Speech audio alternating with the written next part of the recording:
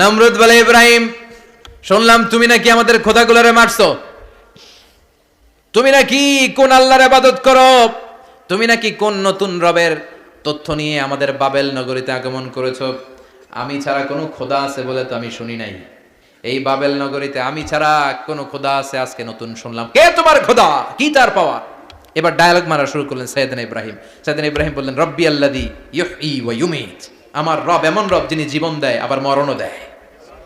জীবন দেয় কে? মরণ দেয় কে? নমরুদ বলে, তাই তোমার আল্লাহ জীবন দেয় মরণ দেয়? আনা উহয়ী ওয়া উমীত। এবার নমরুদ ডায়ালগ মারতেছে, খালি ডায়ালগ, আনা উহয়ী ওয়া উমীত, আমিও তো জীবন দেই আমিও তো মরণ দেই। সাইয়েদনা ইব্রাহিম বললেন, তুমিও যদি আমার আল্লাহর মতো জীবন দাও মরণ দাও তাইলে দেখাও। নমরুদ জেলখানা থেকে দুইজন ফাঁসির আসামিকে ধরে আনলো। ধরে এনে একটা ধারালো ছুরি নিয়ে প্রথম আসামির পেটের ভিতরে ধা করে ছুরিটা ভরে দিয়েছে। ফিনকি দিয়ে রক্ত ছুটলো। লোকটা ছটফট ছটফট ছটফট করতে করতে দুনিয়া থেকে বিদায়। এবার পেট থেকে ছুরিটা বের করে দ্বিতীয় আসামির পেটের মধ্যে ঢুকাতে যাবে ধা করে। In the meantime stop, ঢুকায় নাই, পেটে ঢুকাইতে যাবে ঢুকায় নাই। ইব্রাহিম, এই যে দেখো, তোমার সামনে প্রথম লোকটারে আমি জীবন মৃত্যু দিলাম, আর এটারে মৃত্যুর পথ থেকে বাঁচাই এটারে আমি জীবন দিলাম। প্রথমটারে দিলাম জীবন, পরেরটারে দিলাম, প্রথমটারে দিলাম মরণ, পরেরটারে দিলাম জীবন। তোমার রব যে যেরকম করে জীবন দেয় আর মৃত্যু দেয়, আমিও জীবন দেই আমিও মৃত্যু দেই। চিল্লায় পড়েন নাউযুবিল্লাহ। সাইয়েদনা ইব্রাহিম বিপদে পড়ে গেলেন। তাই তো, আসলেই তো প্রথম লোকটারে মৃত্যু দিল, দেয় নাই? কথা কন, ছুরি মেরে রক্ত বের করে ওর মৃত্যু দেয় নাই? পরের লোকটারও একই ভাবে মৃত্যু দিতে যে সেখান থেকে বাঁচিয়ে জীবন দিল। ভেজাল আছে না নাই? এবার সাইয়েদনা ইব্রাহিম বলে, ফাইন্নাল্লাহা ইয়াতি বিশ-শামসি মিনাল মাশরিকি ফাআতি বিহা মিনাল মাগরিবি ফাবুহিতাল্লাযী কাফার। সাইয়েদনা ইব্রাহিম বললেন, বুঝলাম তুমি আমার আল্লাহর মতো জীবন দাও, বুঝলাম তুমি আমার আল্লাহর মতো মরণ দাও, কিন্তু নমরুদ খেয়াল করে শোনো, আমার আল্লাহ প্রতিদিন সকাল বেলায় পূব আকাশ থেকে জল জলে সূর্যটা উঠায়। তোমার যদি এরকম কোনো ক্ষমতা থাকে, তুমি আগামীকাল সকাল থেকে পূর্ব দিক থেকে সূর্য না উঠিয়ে পশ্চিম দিক থেকে সূর্যটা উঠাও। ফাবুহিতাল্লাযী কাফার। এবার ধরা গেছে, এবার জায়গার মধ্যে ধরা, একেবারে স্টপ, লা জবাব। নমরুদের মুখে কোনো জবাব নাই। এবার নমরুদের মেজাজ নরম নাকি গরম? কথা কন। গরম মেজাজ নিয়ে কয়, হাররিকু, এটারে আগুনে জ্বালা, এটারে আগুনে ফেল। নমরুদ বুঝে নাই যে আগুনের মালিক কে। বিশাল আগুনের কুণ্ডলি পাকিয়ে সাইয়েদনা ইব্রাহিমকে আগুনের মধ্যে ফেলে দেয়া হলো। হাতের মধ্যে রশি, পায়ের মধ্যে রশি, সারা দেহের মধ্যে রশি পেঁচিয়ে আগুনের কুণ্ডলিতে ফেলে দেয়া হলো। মুহূর্তের মধ্যে আগুনের প্রজ্বলন শক্তি ওই রশিগুলোকে জ্বালিয়ে পুড়িয়ে সারখার করে দেয়, কিন্তু সাইয়েদনা ইব্রাহিমের দেহের একটা পশমও জ্বালায় না। যে রশি দিয়ে টাইট করে বাঁধছে, ওনার দেহের সাথে লাগানো টাচ করে রশি, ওই রশি জ্বলে যায়, কিন্তু সাইয়েদনা ইব্রাহিমের পশম জ্বলে না। চিল্লায় পড়েন আল্লাহু আকবার। আজও যদি তোমাদের মাঝে কেউ ইব্রাহিমের মতো ঈমান আনিতে পারো, অগ্নিকেও পুষ্প বলে পরিণত করিতে পারো, ঠিক কি না? মুসার মতো ঈমান হলে রাস্তা হবে সাগর জলে, ইউসুফের মতো ঈমান হলে একে একে দরজা খোলে।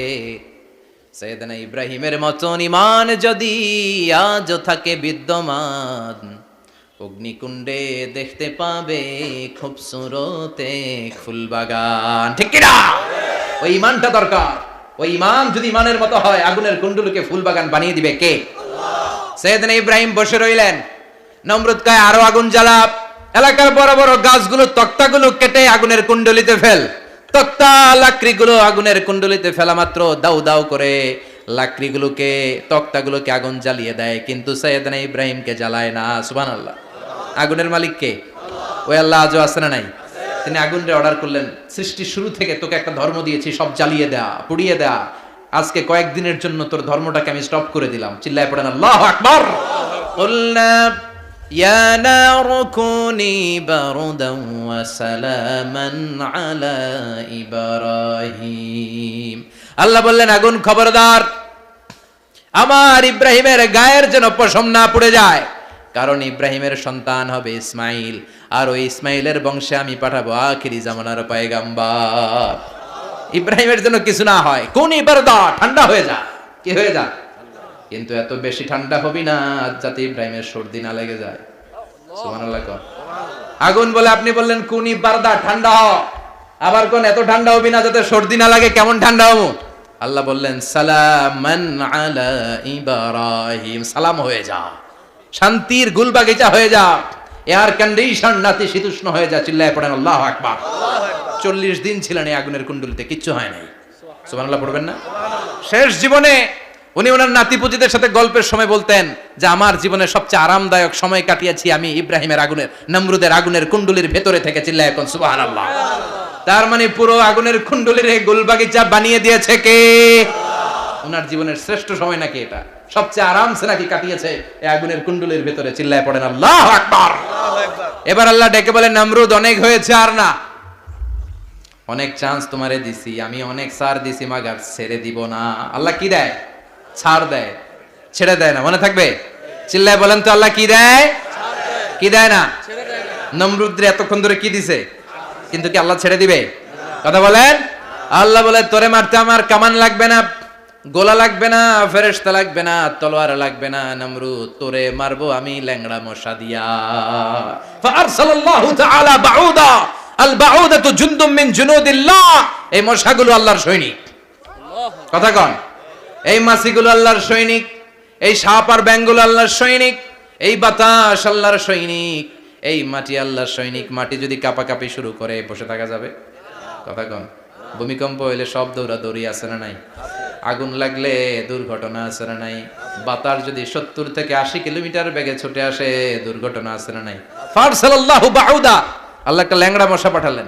এই ল্যাংড়া মশা নাকের ভিতর দিয়ে ঢুকে মস্তিষ্কের মাঝখানে যে কামড়াতে শুরু করেছে। মশার কামড় খাইছেন না আপনারা?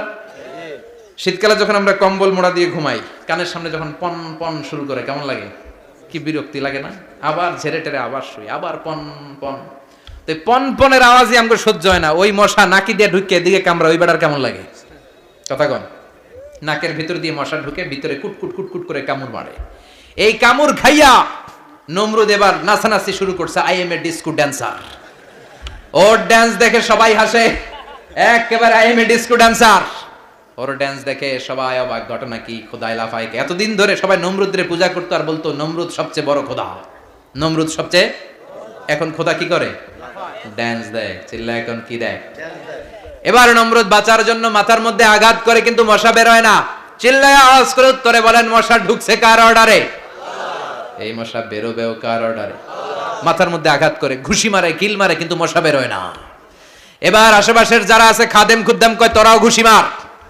খাদেম খুদ্দাম মনে মনে কয় আজীবন অনেক মারছস, আজকে আমরা মারুম। সুযোগ পায়া কিলের উপর কিল আর ঘুষি। আজীবন অনেক কাজ করাইছিস আমাদেরকে দিয়ে, অনেক জুলুম করেছিস, আজকে সুযোগ পাইছে মতো মাইরা লই। খাদেম খুদ্দাম ওরাও কিল ঘুষি। ঘুষাইতে ঘুষাইতে চেহারার মানচিত্র পাল্টাই দিছে, মাকার মশা বের হয় না। এই মশা ঢুকছে কার আদেশে? কথা কন। এই মশাটা যদি বেরোতে হয় অর্ডার লাগবে একজনের। চিৎকার করে বলেন তিনি কে? নিজেও মারে, বেরোয় না। খাদেম খুদ্দামরা মাথার মধ্যে কিল ঘুষি মারে, বেরোয় না। নমরুদ কয় এবার আমারে জোতা মার। কি মার? আমরা পরি প্লাস্টিকের জুতা, বাটার জুতা, অ্যাপেক্সের জুতা, আগে পড়তো খরমের জুতা। খরমের জুতা বানাই কি দিয়া? কথা কন।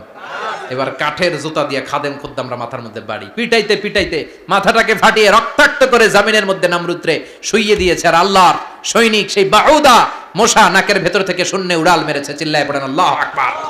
তার মানে এত শক্তিশালী হয়েও, গোটা বিশ্বের রাজা হয়েও নমরুদের ক্ষমতা নমরুদরে বাঁচাতে পারে নাই। চিল্লায় পড়েন ঠিক কিনা? এজন্য ক্ষমতা কাউরে বাঁচাতে পারে না, দাপট কাউরে বাঁচাতে পারে না, অহংকার কাউরে বাঁচাতে পারে না, সৈন্যবাহিনী কাউরে বাঁচাতে পারে না। বাঁচাতে পারে একজন। চিৎকার করে বলতে হবে তিনি কে? পৃথিবীতে কেউ তো স্থায়ী হয় না, হোক না সে ফেরাউন কিবা নমরুদ। কেউ ভাবে চিরদিন রয় না, কেউ ভাবে চিরকাল রয় না। পৃথিবীতে কেউ স্থায়ী হয় না।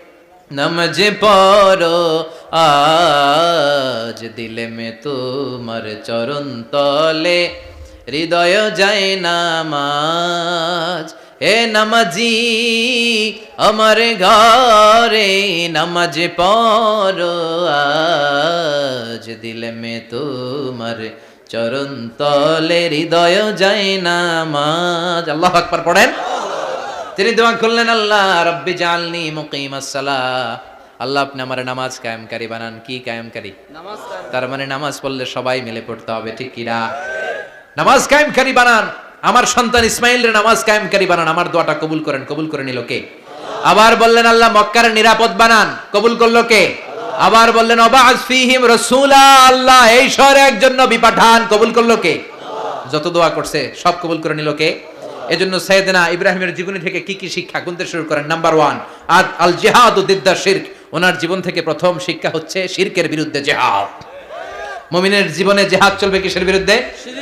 উনি মূর্তির সাথে আপোষ করে নাই, গাছের সাথে আপোষ করে নাই, মাছের সাথে আপোষ করে নাই, ধ্রুবতারা চাঁদ সূর্যের সাথে আপোষ করে নাই। উনি এক আল্লাহকে খুঁজে পেয়েছে। চিল্লায় বলেন ঠিক কিনা? আল্লাহ সব গুনাহ ক্ষমা করে, শিরকের গুনাহ ক্ষমা করে। 2 নাম্বার শিক্ষা হচ্ছে সত্যকে অন্বেষণ করতে হবে। ওইটা আমার বাবার বিরুদ্ধে যাক, ওইটা আমার দাদার বিরুদ্ধে যাক, ওইটা আমার দলের বিরুদ্ধে যাক, ওইটা আমার মতের বিরুদ্ধে যাক, সত্য যেখানে আমিও সেখানে। চিল্লায় এখন ঠিক কিনা? এটা হচ্ছে সাইয়েদনা ইব্রাহিম আলাইহিস সালামের ঈমান স্পিরিট। শিরকের বিরুদ্ধে মুমিন জিহাদ করবে। সত্য যেখানে আছে মুমিন তালাশ করে সেটাকে ছিনিয়ে আনবে। সাইয়েদনা ইব্রাহিমের জীবনী থেকে 3 নাম্বার শিক্ষা হচ্ছে ভিশনারি অ্যাটিটিউডের হতে হবে মুমিনের। আমরা খালি 10 বছরের হিসাব করি, 20 বছর, 50 বছর।